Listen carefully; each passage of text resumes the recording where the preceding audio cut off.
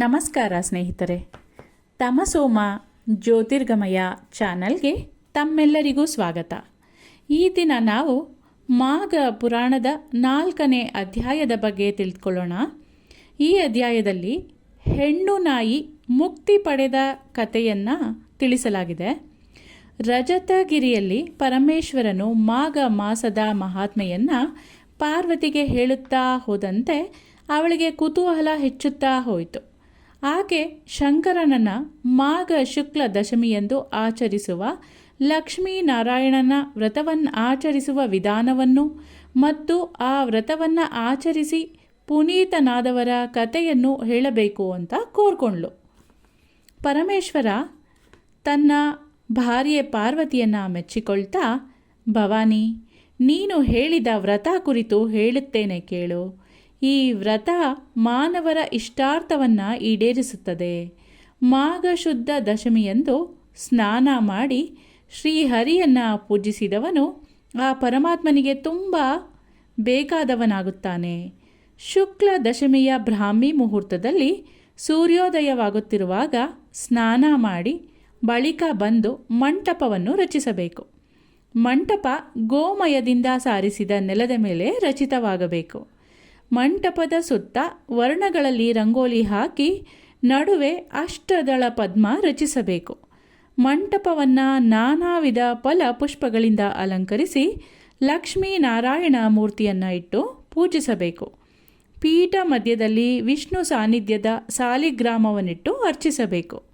ಸಾಲಿಗ್ರಾಮಕ್ಕೆ ಪಂಚಾಮೃತಗಳಿಂದ ಅಭಿಷೇಕ ಮಾಡಿ ಬಗೆ ಬಗೆಯ ಪುಷ್ಪಗಳಿಂದ ಹಾಗೂ ವಿಷ್ಣುವಿಗೆ ಪ್ರಿಯವಾದ ತುಳಸಿಗಳಿಂದ ಪೂಜಿಸಬೇಕು.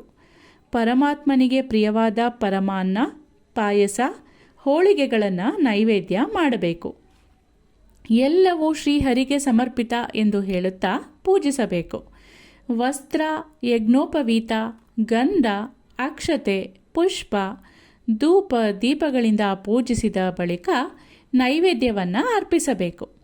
ತಾಂಬೂಲ ನಂತರ ನೀರಾಜನವನ್ನು ತೋರಿಸಿ ಬಳಿಕ ಇಷ್ಟಾರ್ಥಗಳನ್ನು ಈಡೇರಿಸುತ್ತಾ ದೇವನಿಗೆ ಪ್ರದಕ್ಷಿಣೆ ನಮಸ್ಕಾರ ಮಾಡಬೇಕು. ಕಾಯೇನ ವಾಚ ಮನಸೈಂದ್ರಿಯೇರ್ವ ಬುದ್ಧ್ಯಾರ್ಥನಾವ ಪ್ರಕೃತೈ ಸ್ವಭಾವತ್ ಕರೋಮಿ ಯದ್ಯತ್ ಸಕಲಂ ಪರಸ್ಮೈ ಶ್ರೀಮನ್ನಾರಾಯಣ ಸಮರ್ಪಯಾಮಿ ಎಂದು ಹೇಳುತ್ತಾ ತಾಮ್ರದ ಪಾತ್ರೆಯಲ್ಲಿರುವ ನೀರಿನಿಂದ ಶ್ರೀಹರಿಗೆ ಅರ್ಘ್ಯ ಬಿಡಬೇಕು. ಮಾಘ ಸ್ನಾನ ಮಾಡಿ ದೇವತಾ ಪೂಜೆ ಆದ ನಂತರ ಬ್ರಾಹ್ಮಣರಿಗೆ ಧಾನ್ಯಾದಿಗಳನ್ನು ದಾನ ಕೊಡಬೇಕು. ಮಾಘ ಪುರಾಣವನ್ನು ಕೇಳಿ ನಂತರ ಬ್ರಾಹ್ಮಣರಿಗೆ ಸಂತರ್ಪಣೆಯನ್ನು ಮಾಡಬೇಕು. ಹೀಗೆ ಲಕ್ಷ್ಮೀನಾರಾಯಣ ವ್ರತ ಕೈಗೊಂಡವನು ಸಕಲ ಪಾಪಗಳಿಂದ ಮುಕ್ತನಾಗ್ತಾನೆ. ಪೂರ್ವದಲ್ಲಿ ಒಬ್ಬ ರಾಜ ಇಂತಹ ವ್ರತ ಮಾಡಿ ಪಾಪದಿಂದ ದೂರ ಆದ.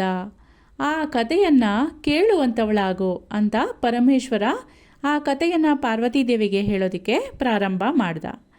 ಬಹುಕಾಲದ ಹಿಂದೆ ಸರ್ವಶಾಸ್ತ್ರ ಪಾರಂಗತನು, ಸಕಲ ಜೀವರಾಶಿಗಳಲ್ಲಿ ದಯೆಯುಳ್ಳವನೂ ಆದ ಒಬ್ಬ ಮುನಿ ಇದ್ದನು.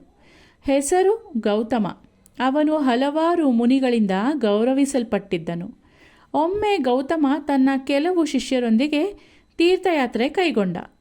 ತೀರ್ಥಕ್ಷೇತ್ರಗಳನ್ನು ಸಂದರ್ಶಿಸುತ್ತಾ ಅಲ್ಲಿಯ ಪುಣ್ಯ ನದಿಗಳ ಸ್ನಾನ ಮಾಡ್ತಾ ಇದ್ದ. ಶಿಷ್ಯರು ಅವನನ್ನು ಅನುಸರಿಸ್ತಾ ಇದ್ದರು. ಹೀಗಿರುವಾಗ ಮಾಘ ಮಾಸ ಪ್ರಾಪ್ತವಾಯಿತು. ಆ ಕಾಲಕ್ಕೆ ಗೌತಮನು ಕೃಷ್ಣವೇಣಿ ಅನ್ನೋ ನದಿ ತೀರಕ್ಕೆ ಬಂದ. ಅದೊಂದು ಪುಣ್ಯ ನದಿ. ನದಿ ತೀರದಲ್ಲಿ ಗೌತಮ ಶಿಷ್ಯರ ನೆರವಿನಿಂದ ಆಶ್ರಮವನ್ನು ನಿರ್ಮಿಸಿಕೊಂಡು ಇರತೊಡಗಿದ್ರು. ಶಿಷ್ಯರೊಂದಿಗೆ ಆ ಪುಣ್ಯ ನದಿಯಲ್ಲಿ ಸೂರ್ಯೋದಯ ಕಾಲಕ್ಕೆ ಸ್ನಾನ ಮಾಡಿದ್ರು. ನದಿ ತೀರದಲ್ಲಿ ಒಂದು ಅಶ್ವತ್ಥ ವೃಕ್ಷವಿತ್ತು. ಮೂಲತೋ ಬ್ರಹ್ಮರೂಪಾಯ ಮಧ್ಯತೋ ವಿಷ್ಣುರೂಪಿಣೆ ಅಗ್ರತಃ ಶಿವರೂಪಾಯ ವೃಕ್ಷ ರಾಜಾಯತೆ ನಮಃ ಎಂದು ಅಶ್ವತ್ಥ ವೃಕ್ಷಕ್ಕೆ ಹೇಳ್ತಾರೆ. ಗೌತಮನು ಅಶ್ವತ್ಥವಾಸಿ ವಿಷ್ಣುವನ್ನು ಸ್ನಾನಾನಂತರ ಭಕ್ತಿಯಿಂದ ಪೂಜಿಸ್ತಾ ಇದ್ದ. ದಶಮಿಯ ದಿನ ಬಂದಾಗ ವೃಕ್ಷ ಮೂಲದಲ್ಲಿ ಒಂದು ಸುಂದರವಾಗಿ ಮಂಟಪವನ್ನು ರಚಿಸಿ ಅದರ ನಡುವೆ ವಿಷ್ಣುವಿನ ಮೂರ್ತಿಯನ್ನು ಪ್ರತಿಷ್ಠಾಪಿಸಿ ಪೂಜೆ ಮಾಡತೊಡಗಿದ. ಒಂದು ಹೆಣ್ಣು ನಾಯಿ ಅಲ್ಲಿಗೆ ಬಂದು ಶ್ರೀಹರಿಯನ್ನು ಪೂಜಿಸುವುದನ್ನೇ ನೋಡ್ತಾ ಮರದ ಎದುರಿನಲ್ಲಿ ಕುಳಿತುಕೊಂಡಿತ್ತು. ಶಿಷ್ಯರು ಅಪಚಾರ ಅಪಚಾರ ಅಂತ ಹೇಳಿ ಆ ನಾಯಿಯನ್ನು ಹೊಡೆದು ಓಡಿಸಿದ್ರು. ಆದರೆ ಆ ನಾಯಿ ಅತ್ತಿತ್ತ ಹೋಗಿ ಮತ್ತೆ ಮತ್ತೆ ಅದೇ ಸ್ಥಳಕ್ಕೆ ಬಂದು ಕುಳಿತುಕೊಳ್ತಾ ಇತ್ತು. ಮತ್ತೆ ಗೌತಮನ ಶಿಷ್ಯರು ನಾಯಿಗೆ ಕಲ್ಲು ಬೀಸಿ ಓಡಿಸಿದ್ರು. ಆದರೂ ನಾಯಿ ಪುನಃ ಪ್ರದಕ್ಷಿಣೆ ಹಾಕಿ ಮತ್ತೆ ಅದೇ ಸ್ಥಾನದಲ್ಲಿ ಬಂದು ಕುಳಿತುಕೊಳ್ತು. ಒಟ್ಟು ನಾಯಿ 3 ಸಲ ಮಹಾವಿಷ್ಣುಗೆ ಪ್ರದಕ್ಷಿಣೆ ಹಾಕದ ಹಾಗಾಯಿತು. ಅಷ್ಟೇ ಸಾಕು, ಅದು ಮಾಘ ಶುಕ್ಲ ದಶಮಿ ರವಿವಾರದಂದು ಯಾವಾಗ 3 ಬಾರಿ ಶ್ರೀಹರಿಗೆ ಪ್ರದಕ್ಷಿಣೆ ಹಾಕ್ತೋ ಅದು ತನ್ನ ಪ್ರಾಣಿ ದೇಹವನ್ನು ಬಿಟ್ಟು ಮನುಷ್ಯ ದೇಹವನ್ನು ತಳೀತು. ಅದು ಒಬ್ಬ ರಾಜನಾಗಿ ಕಾಣಿಸ್ಕೊಳ್ತು. ನಾಯಿ ರೂಪ ಹೋಗಿ ಮಾನವ ಶರೀರಿಯಾದ ರಾಜ ಓಡಿ ಬಂದು ತನ್ನ ಸ್ಥಿತಿಗೆ ಕಾರಣೀಭೂತನಾದ ಗೌತಮನಿಗೆ ನಮಸ್ಕಾರ ಮಾಡ್ದ. ಗೌತಮನಿಗೆ ರಾಜನನ್ನು ಕಂಡು ಮಹದಾಶ್ಚರ್ಯವಾಯಿತು. ಶಿಷ್ಯರು ಕೂಡ ಅವಾಕ್ಕಾದ್ರು. ಗೌತಮನು, ಅಯ್ಯ, ನಿನ್ನನ್ನು ನೋಡಿದರೆ ಯಾವುದೋ ದೇಶದ ಅರಸನಾಗಿರುವಂತೆ ತೋರುತ್ತದೆ. ನೀನು ಯಾರು? ಏಕೆ ಇಷ್ಟು ಕಾಲ ನಾಯಿಯ ರೂಪದಲ್ಲಿದ್ದೆ? ಹೇಳುವಂಥವನಾಗು ಅಂತ ಗೌತಮ ಮುನಿಗಳು ಪ್ರಶ್ನೆ ಮಾಡಿದ್ರು. ಗೌತಮನ ಪ್ರಶ್ನೆಗೆ ಉತ್ತರಿಸ್ತಾ ಆ ರಾಜ, ಮಹರ್ಷಿ, ನಾನು ವೇಗರಥ ಎಂಬ ಹೆಸರಿನ ರಾಜ. ನನ್ನದು ಚಂದ್ರವಂಶ. ನಾನು ವಂಗ ದೇಶವನ್ನು ಪ್ರಜಾನುರಾಗಿಯಾಗಿ ಧರ್ಮ ಪರಿಪಾಲಕನಾಗಿದ್ದುಕೊಂಡು ಆಳ್ತಾ ಇದ್ದೆ. ಪ್ರಜೆಗಳ ಅನುಕೂಲಕ್ಕಾಗಿ ದೇವಾಲಯಗಳು, ಕೆರೆಕಟ್ಟೆ, ಬಾವಿಗಳನ್ನು ನಿರ್ಮಿಸಿದೆ. ಮೇಲಾಗಿ ನಾನಾ ವಿಧ ದಾನಗಳನ್ನು ಮಾಡಿ ಸದಾ ಧರ್ಮ ಕಾರ್ಯಗಳಲ್ಲಿ ನಿರತನಾಗಿದ್ದೆ. ಅನೇಕ ಯಜ್ಞಗಳನ್ನು ಮಾಡಿದೆ. ಇಷ್ಟೆಲ್ಲ ಮಾಡಿದ್ರೂ ನನಗೆ ಉತ್ತಮ ಲೋಕ ಸಿಗದಂತಾಯಿತು. ಅದಕ್ಕೆ ಕಾರಣವೂ ನಾನೇ ಆಗಿದ್ದೆ. ಹೇಗೆಂದರೆ, ಒಮ್ಮೆ ನನ್ನ ರಾಜ್ಯಕ್ಕೆ ಪಿಂಗಳನೆಂಬ ಮುನಿ ತಾನೊಂದು ಯಜ್ಞವನ್ನು ಆಚರಿಸುತ್ತಿರುವುದಾಗಿ ಹೇಳಿಕೊಂಡು ದಕ್ಷಿಣೆ ಕೇಳೋದಕ್ಕೆ ಬಂದರು. ನಾನಾದರೂ ಆ ಮುನಿಯಲ್ಲಿ ಗೌರವ ಉಳ್ಳವನಾಗಿ ಅವನನ್ನು ಅರ್ಘ್ಯ ಪಾದ್ಯಾದಿಗಳಿಂದ ಸತ್ಕರಿಸಿ ಉಪಚಾರ ಮಾಡಿದೆ. ಇವುಗಳಿಂದ ಸಂತುಷ್ಟನಾದ ಆ ಮುನಿವರ ನನಗೆ, ಅಯ್ಯ ಮಹಾರಾಜ, ಇದೋ ಈಗ ಮಾಘ ಮಾಸ, ಇದರ ರಹಸ್ಯವನ್ನು ಹೇಳುತ್ತೇನೆ ಕೇಳು. ಈ ಮಾಸದಲ್ಲಿ ಸೂರ್ಯನು ಮಕರ ರಾಶಿಯಲ್ಲಿರುವಾಗ, ಸೂರ್ಯೋದಯವಾಗುತ್ತಿರುವಾಗ ಪರಮ ಭಕ್ತಿ ಶ್ರದ್ಧೆಗಳಿಂದ ಪವಿತ್ರ ಸ್ನಾನ ಮಾಡಿ ಮಾಘ ಮಾಸ ಮಹಾತ್ಮೆಯನ್ನು ಕೇಳಿದ್ದೇ ಆದರೆ ವೈಕುಂಠ ಲೋಕ ಪ್ರಾಪ್ತಿಯಾಗತ್ತೆ. ಅರಿತೋ ಅರಿಯದೆಯೋ ಈ ಮಾಸದಲ್ಲಿ 1 ದಿನ ಸ್ನಾನ ಮಾಡಿದ್ರೂ ಅಂಥವನು ಪಾಪಗಳಿಂದ ಮುಕ್ತನಾಗ್ತಾನೆ. ಆದರೆ ಮಾಘ ಮಾಸದ ಕೊರೆಯುವ ಚಳಿಗೆ ಹೆದರಿಕೊಂಡು ಸ್ನಾನ ಮಾಡದವನು ಚಂಡಾಲನಾಗಿ ಹುಟ್ಟುತ್ತಾನೆ. ಒಂದು ವೇಳೆ ಚಂಡಾಲನಾದವನು ಸ್ನಾನ ಮಾಡಿದರೆ ಅದರ ಫಲದಿಂದ ಬ್ರಾಹ್ಮಣನಾಗಿ ಜನಿಸಿ ಪುಣ್ಯಭಾಜನನಾಗ್ತಾನೆ. ಒಟ್ಟಿನಲ್ಲಿ ಮಾಘ ಸ್ನಾನ ಮಾಡಿದವನು ಸ್ವರ್ಗವಾಸಿಯಾಗ್ತಾನೆ. ಅವನಿಗೆ ನರಕ ದರ್ಶನ ಆಗೋದಿಲ್ಲ. ನೀನು ಈ ವ್ರತವನ್ನು ಕೈಗೊಂಡು ಸುಖಿಸು ಅಂತ ಹೇಳಿದ್ರು. ಆಗ ರಾಜ, ಮಹಾತ್ಮ, ಅಬ್ಬಬ್ಬ, ಮಾಘ ಸ್ನಾನವನ್ನು ಚಳಿಯಲ್ಲಿ ಮಾಡುವುದೇ ನನ್ನ ಕೈಲಾಗುವುದಿಲ್ಲ. ಆ ಚಳಿಯಲ್ಲಿ ತಣ್ಣೀರು ಸ್ನಾನ ಮಾಡಿದರೆ ನನ್ನ ಪ್ರಾಣ ಉಳಿಯುವುದೇ ಇಲ್ಲ ಇಲ್ಲ. ಬೇಕಿದ್ದರೆ ದಾನ ಧರ್ಮ ಮಾಡುವೆನು, ಆದರೆ ಮಾಘ ಸ್ನಾನ ಮಾಡಲಾರೆ ಎಂದು ಉದಾಸೀನನಾಗಿ ನುಡಿದ. ಇದರಿಂದ ಆ ಮುನಿವರನು ಅಸಮಾಧಾನ ಹೊಂದಿ, ನನ್ನಿಂದ ಯಜ್ಞ ದಕ್ಷಿಣೆಯನ್ನು ಸ್ವೀಕರಿಸುವ ಮನಸ್ಸುಳ್ಳವನಾಗಲಿಲ್ಲ. ನಾನು ಹೇಗೋ ಒತ್ತಾಯಿಸಿ ಅವನಿಗೆ ಯಜ್ಞ ದಕ್ಷಿಣೆಯನ್ನಿತ್ತು ಕಳಿಸಿಕೊಟ್ಟೆ ಅಂತ ರಾಜ ಹೇಳ್ದ.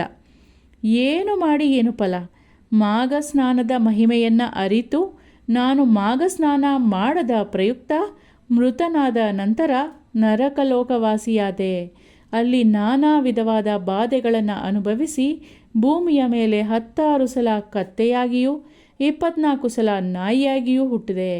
ಇದೀಗ ನಿಮ್ಮ ದೆಸೆಯಿಂದ ಹಾಗೂ ಭಗವಂತನ ಕೃಪೆಯಿಂದ ನಾಯಿಯ ಜನ್ಮದಿಂದ ಬಿಡುಗಡೆ ಹೊಂದಿ ಪುನಃ ರಾಜನಾಗಿ ಕಾಣಿಸಿಕೊಂಡೆ. ಇದು ಯಾವ ಪುಣ್ಯ ಫಲದಿಂದ ಸಾಧ್ಯವಾಯಿತೋ ಗೊತ್ತಿಲ್ಲ. ಎಲ್ಲವನ್ನು ಬಲ್ಲವ ತಾವೇ ಹೇಳಬೇಕು ಅಂತ ಆ ರಾಜ ಗೌತಮ ಮುನಿಗಳಲ್ಲಿ ಕೇಳ್ಕೊಂಡ. ಗೌತಮರು ಎಲ್ಲ ಸಂಗತಿಗಳನ್ನು ಕೇಳಿದ ಬಳಿಕ ರಾಜನಿಗೆ, ಮಹಾರಾಜ, ನೀನು ಇದುವರೆಗೂ ಪಟ್ಟ ಬಾಧೆಯೆಲ್ಲ ನೀನು ಮಾಘ ಸ್ನಾನವನ್ನು ಉಪೇಕ್ಷಿಸೋದ್ರಿಂದನೇ ಆಗಿದೆ. ಮಾಘ ಸ್ನಾನದ ಮಹಿಮೆ ಸಾಧಾರಣವಾದುದಲ್ಲ. ಇನ್ನು ನಾಯಿಯ ಜನ್ಮದಿಂದ ಬಿಡುಗಡೆ ಹೊಂದೋದಕ್ಕೆ ಕಾರಣ ಏನು ಅಂತಂದರೆ, ನಾನು ತೀರ್ಥಯಾತ್ರಾ ಪರ್ಯಟನಾ ಕಾಲದಲ್ಲಿ ಇಲ್ಲಿಗೆ ಬಂದೆ. ಇಂದು ಮಾಘ ಶುದ್ಧ ದಶಮಿ, ಮಹಾಪುಣ್ಯ ದಿನ. ನಾನು ಅಶ್ವತ್ಥ ವೃಕ್ಷ ಮೂಲದಲ್ಲಿ ಮಂಟಪ ರಚಿಸಿ ಶ್ರೀಹರಿಯನ್ನು ಸ್ಥಾಪಿಸಿ ಪೂಜೆಯನ್ನು ಕೈಗೊಂಡೆ. ನೀನು ನಾಯಿಯಾಗಿ ಇಲ್ಲಿ ಬಂದು ನೋಡುತ್ತಿರುವಂತೆ ನಾನು ಲಕ್ಷ್ಮೀನಾರಾಯಣ ವ್ರತವನ್ನು ಮಾಡುವುದು ಸರಿ ಅಲ್ಲ ಅಂತ ನನ್ನ ಶಿಷ್ಯರು ನಿನ್ನನ್ನು ಹೆದರಿಸ್ತಾನೆ ಬಂದರು. ಪ್ರತಿ ಬಾರಿ ನೀನು ಅವರಿಗೆ ಹೆದರ್ಕೊಂಡು ಶ್ರೀಹರಿಯ ಪ್ರತಿಮೆಗೆ ಪ್ರದಕ್ಷಿಣೆಯನ್ನು ಹಾಕ್ತಾ ಇದ್ದೆ. ಅವರಿಂದ ತಪ್ಪಿಸ್ಕೊಳ್ಳೋ ಸಲುವಾಗಿ ನೀನು ಓಡಿ ಓಡಿ ಹೋಗ್ತಾ ಇದ್ದಿದ್ದು ಶ್ರೀಹರಿಗೆ ಪ್ರದಕ್ಷಿಣೆ ಹಾಕಿದಾಗ ಆಯಿತು. ಆ ಕಡೆಯಿಂದ ಸುತ್ತಿ ಈ ಕಡೆ ಬಂದು ನೀನು ಕುಳಿತುಕೊಳ್ತಾ ಇದ್ದೆ. ಒಟ್ಟು 3 ಸಲ ಪ್ರದಕ್ಷಿಣೆ ಹಾಕಿದ್ದರಿಂದ ಪುಣ್ಯ ಭಾಜನನಾಗಿ ನಿನ್ನ ನಾಯಿ ಜನ್ಮ ಹೋಯಿತು. ಈಗಲಾದರೂ ತಿರಸ್ಕಾರ ಭಾವವನ್ನು ತಾಳದೆ ಮಾಘಸ್ನಾನ ಮಾಡು.